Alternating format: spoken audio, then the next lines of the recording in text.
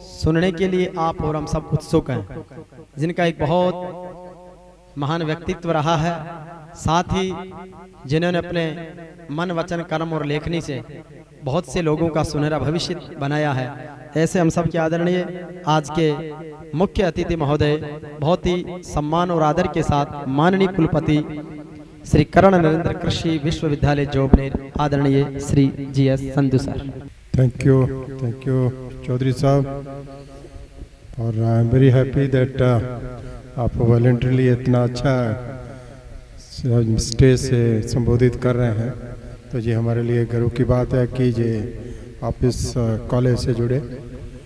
और मंच पे मेरे साथ यूनिवर्सिटी के रजिस्ट्रार डॉक्टर रविंद्र पालीवाल जी और हमारे रारी के डायरेक्टर अर्जुन सिंह बलौदा जी और इस कॉलेज के डीन डॉक्टर RP जाट जी और मैडम सरपंच महोदया श्रीमती कांता देवी जी और कांता देवी जी के हस्बैंड्स, उनका भी स्वागत। हमारे स्कूल से जुड़े जो शिक्षक भी दोनों का स्वागत। उप सरपंच साहब का यहाँ पर स्वागत है और जितने भी गणमान्य व्यक्ति यहाँ पर और जेलाई के यहाँ पहुँचे हुए हैं, मैं सभी का विश्वविद्यालय की तरफ से और इस कॉलेज की तरफ से आपका स्वागत करता हूँ।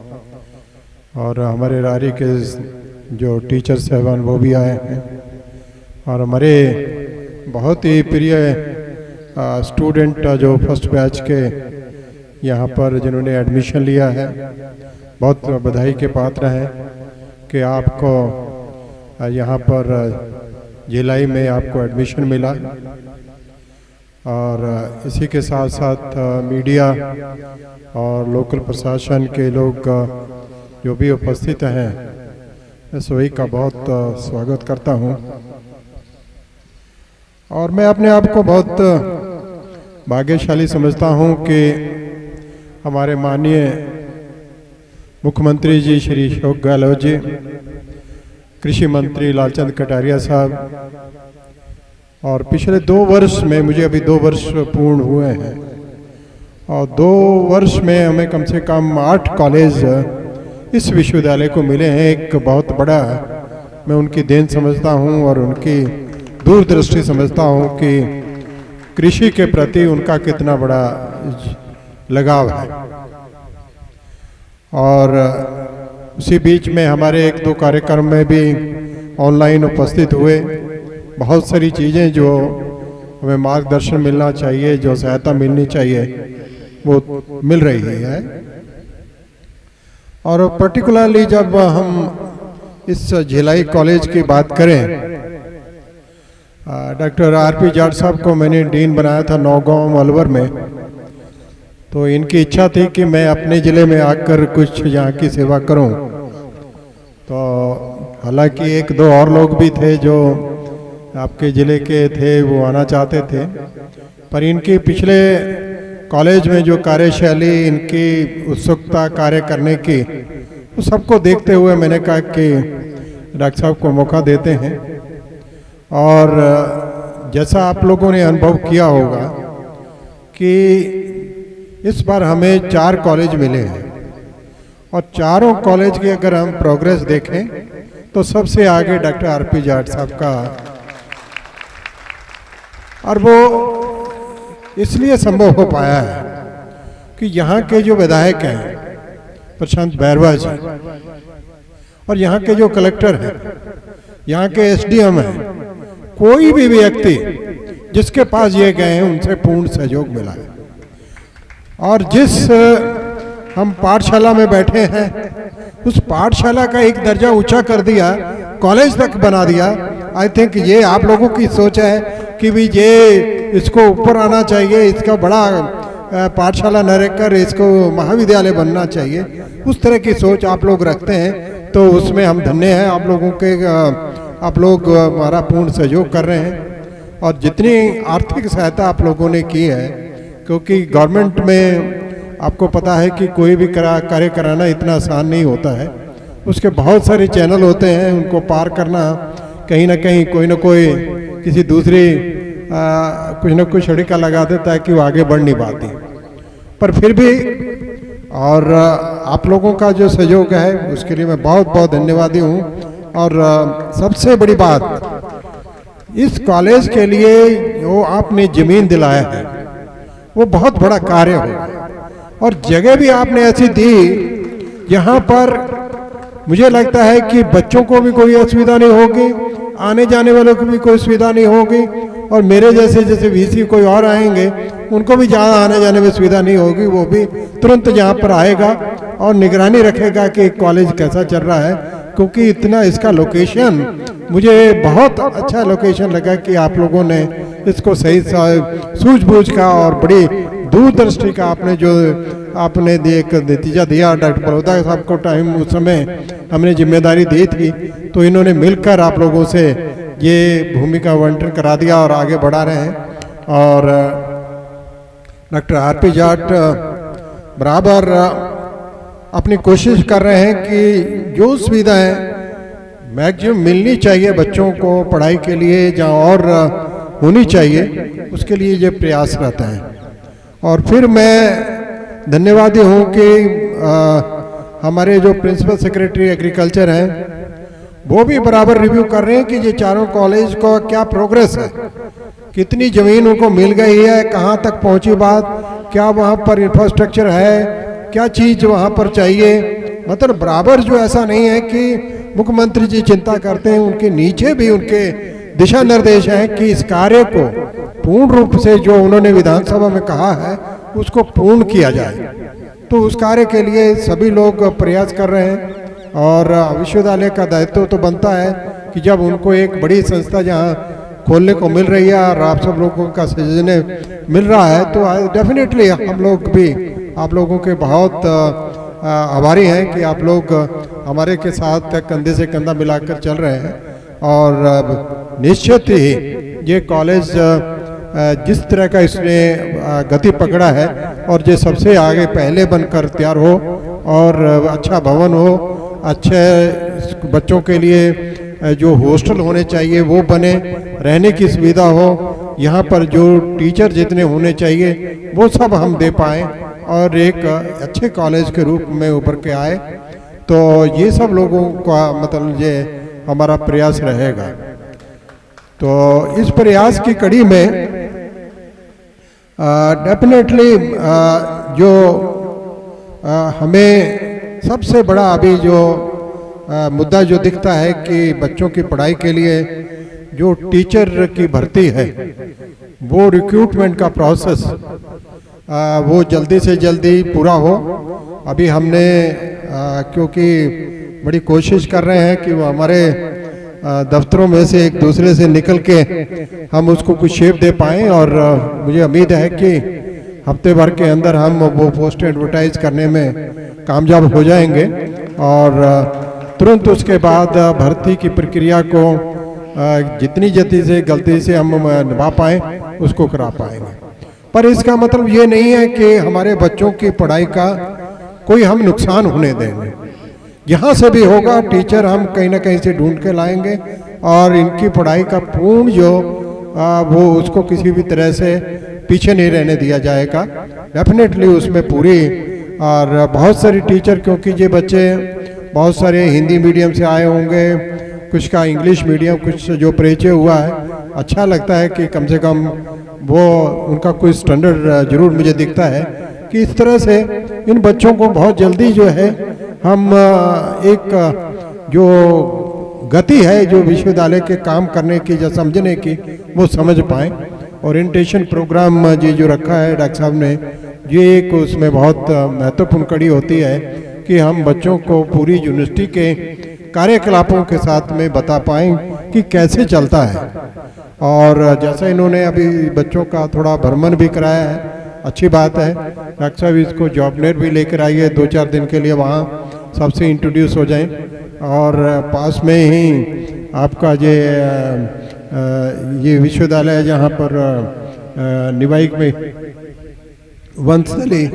वंशस्थली है, वो भी अपने आप में बड़ी अच्छी रैंकिंग रखता है। और उसी के साथ साथ जहाँ पर टोंक में जो सेंटर ऑफ एक्सीलेंस है गोवा का, उसको दिखाइए। बच्चों को हर जगह का अनुभव होना चाहिए। रारी में डॉक्टर बलौदा हैं, एक दिन इनको दिखाइए कि कैसे आगे जाकर आप लोगों को कैसे रिसर्च करना है, कैसे आप सोचेंगे भी किस तरह से रिसर्च होती है। थोड़ा एक ओरिएंटेशन, वो रियल मायने में ओरिएंटेशन होगा कि ये कैसे काम करते हैं। हम यहाँ पर स्टेज पर बोलेंगे वो ज़्यादा ठीक है, पढ़ाई कैसे होती है वो हो जाएगा। और डेफिनेटली ये जो कोविड का पीरियड रहा, डेफिनेटली बहुत दुखदाई समय रहा, पर इसमें भी बहुत सारी चीज़ें जो सीखने को मिली। ऑनलाइन एजुकेशन जो हम इंटरनेट के माध्यम से शिक्षा दे पा रहे हैं, उसी का भरोसा है कि आज हम बहुत सारे कोर्सों के हमारे लेक्चर तैयार हैं, वो कभी भी इनको बैठ के हम पर्दे पे दिखा सकते हैं, सुना सकते हैं, ताकि इनकी पढ़ाई का अगर कोई टीचर न भी आए उसकी पूर्ति हम जरूर अच्छे ढंग से कर पाएँ। तो इस तरह का साधन है। और क्योंकि शिक्षा में बहुत गति से प्रगति हो रहा है, अब वो शिक्षा नहीं है जो हम लोगों ने स्कूल में पढ़ा था और नीचे बैठ के, और हमारे टीचर तो बहुत ही अच्छे थे और कभी बख्शते नहीं थे अगर आप कोई काम नहीं करते थे, तो वो टाइम तो नहीं रहा। पर लेकिन मुझे लगता है उन लोगों का, मैं हमेशा उन लोगों का सहयोग नहीं मानता हूँ। अगर उन्होंने ना पीटा होता तो हम यहाँ नहीं पहुँचे होते। ये तो बात मैं अपने आप को मानता हूँ, क्योंकि गांव में, गांव का माहौल होता है ना, वहाँ एक तरफ तो स्कूल का टीचर पीटता है और दूसरी तरफ घर वाले पीटते हैं। अब क्या है, एक मैंने जरा टीचर ने कुछ कह दिया तो घर में बवाल खड़ा हो जाता है, हमारे बच्चे को ऐसा क्यों कह दिया, वो तो नीचा दिखा दिया उसको, ऐसा ऐसा कुछ नहीं था। जो भी आता था बड़ा बूढ़ा वो तो ही कहता कि तेरी ठीक अच्छी खुटाई हुई, सही होनी चाहिए थी। चलो वो बातें बहुत दूर की रह गई, वो तो हमारे टाइम से निकल गई। आज की शिक्षा जो है, आज की शिक्षा टोटली चेंज हो गई है।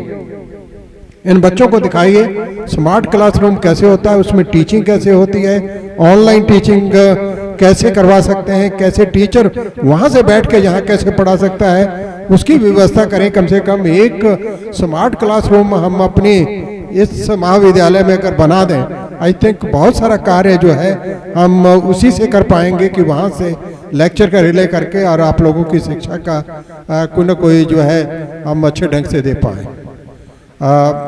डेफिनेटली जहाँ पर नया कॉलेज खुलता है बहुत सारी बड़ी चुनौतियाँ होती हैं, हर तरह की चुनौती होती है, और उसमें जब तक लोकल जहाँ का वहाँ का निवासियों का सहयोग नहीं मिलता है तो वो शिक्षा महाविद्यालय आगे नहीं बढ़ सकता।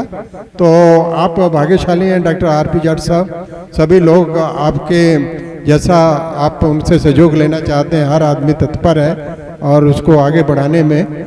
और डेफिनेटली जो जितने यहाँ पर कोई अच्छा मैथमेटिक्स का टीचर है या इंग्लिश का टीचर है उसको भी लाइए और इन बच्चों को जो है एक बार पारंगत कर दीजिए। जहाँ पर कोई डेफिशिएंसी है उनकी एक्स्ट्रा क्लासेज लगाइए, कुछ भी करिए, जो भी आप महत्वपूर्ण हो सकता है उसको करिए, ताकि इनके शिक्षा का कार्य।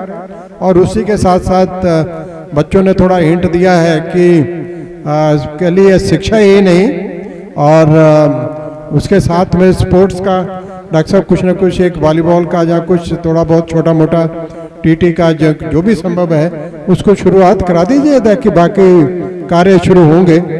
और बाकी जो हमारे ये जो कलाकार हैं, मुझे हमने टीवी पर एक जरूर देखा था, आज सामने देखकर बहुत खुशी, उनको बहुत बहुत बधाई देता हूँ कि उन्होंने आकर और यहाँ के कला का और कल्चर का परिचय दिया, तो बहुत ही सराहनीय उनका योगदान रहा। और क्योंकि ऐसा नहीं है कि ये हम आ गए और इसके बाद में सब कुछ ठीक हो गया, जो बोल गए वो सब कुछ ठीक हो गया, ऐसा नहीं होता है। ये तो कंटिन्यूस प्रयास की बात है, आप लगातार। और एक हमने अभी शुरुआत की है कि हर महीने हम बैठ के वहाँ सारे जितने हमारे महाविद्यालय सबका काम रिव्यू करते हैं, उनकी प्रॉब्लम सुनते हैं। हम ये नहीं कहते कि आपने क्या कर लिया, नहीं, आपकी प्रॉब्लम क्या है उसको सॉल्व कैसे करें, उसको कम कैसे करें, उस पर हम ध्यान देते हैं। और इनको स्पेशली जो 4 महाविद्यालय खुले हैं, इनके चारों को असिस्तातों को मैं बराबर बुलाकर कंट्रोलर रजिस्ट्रार से जो भी मदद है वो हम दिला रहे हैं।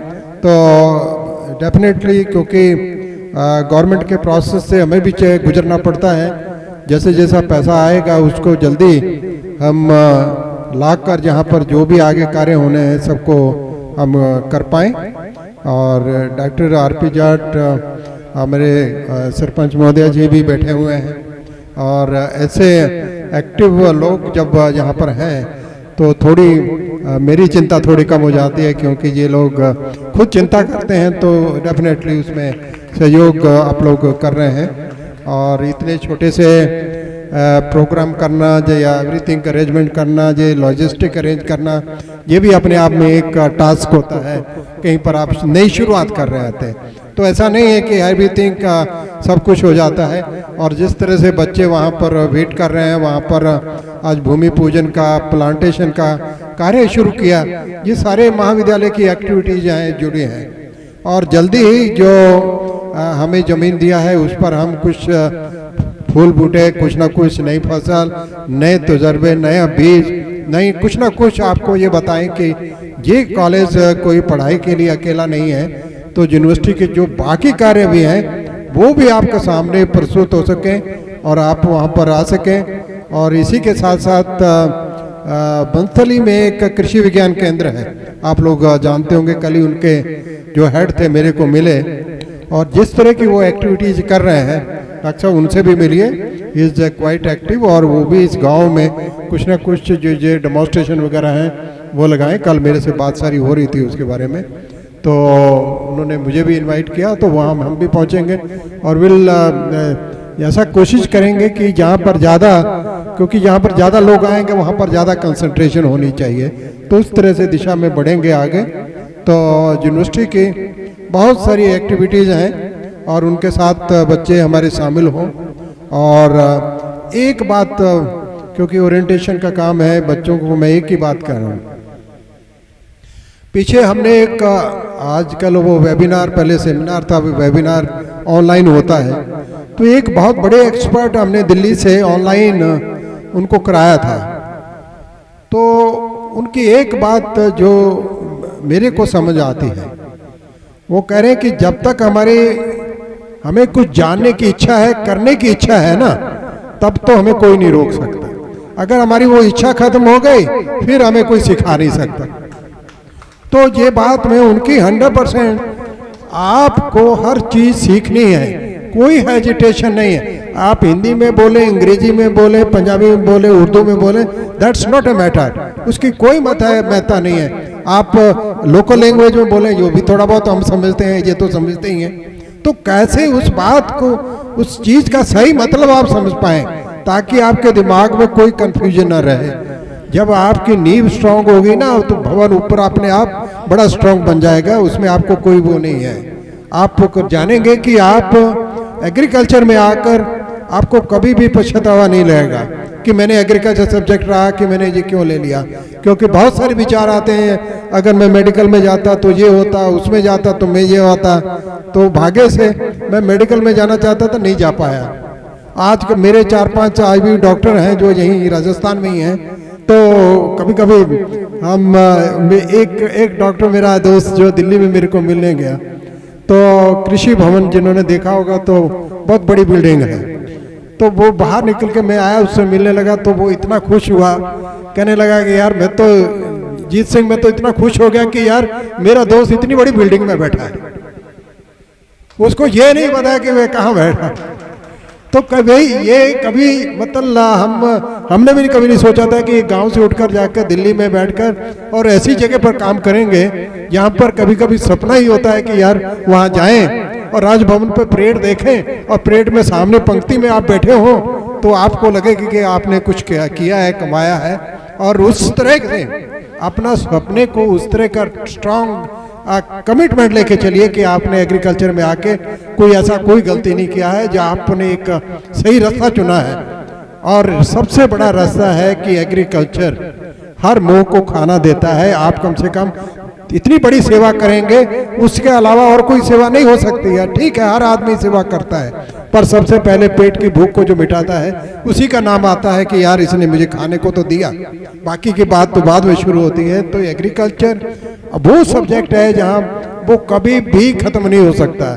जब तक ये मनुष्य जाति और बाकी जीव जंतु यहाँ पर है, एग्रीकल्चर को हम खत्म नहीं कर सकते और एग्रीकल्चर हमारे साथ रहने हैं, इसमें कभी भी स्टेग्नेशन नहीं आ सकता। तो एग्रीकल्चर अपने आप में बहुत बड़ा सब्जेक्ट है। दिन पर दिन इसमें बहुत सारी चीज़ें बढ़ती जा रही हैं, बहुत सारी चीज़ें। अभी हमने यूनिवर्सिटी में ये ड्रोन है, ड्रोन का एक डेमोन्स्ट्रेशन किया, कैसे उसको ड्रोन से एग्रीकल्चर में कैसे उसको ला सकते हैं। तो ऐसी सब नई नई जो चीज़ें जो हम सोचते थे कि विदेशों में ही होती हैं, इंडिया में नहीं हो सकती, वो सब चीज़ें होने वाली हैं। और विश्वविद्यालय में जल्दी ही हम ड्रोन खरीद के लाएंगे और कहीं ना कहीं एक दिन आपको भी यहाँ डेमोन्स्ट्रेशन करके दिखाएंगे कि ताकि जो है कुछ ना कुछ साइंस किस दिशा में जा रहा है और इसके क्या एप्लीकेशन हो सकते हैं, ये सब विश्वविद्यालय करेगा। और आप विश्वविद्यालय का पार्ट हैं, एक इंटीग्रेटेड पार्ट हैं, तो बहुत खुशी हुई।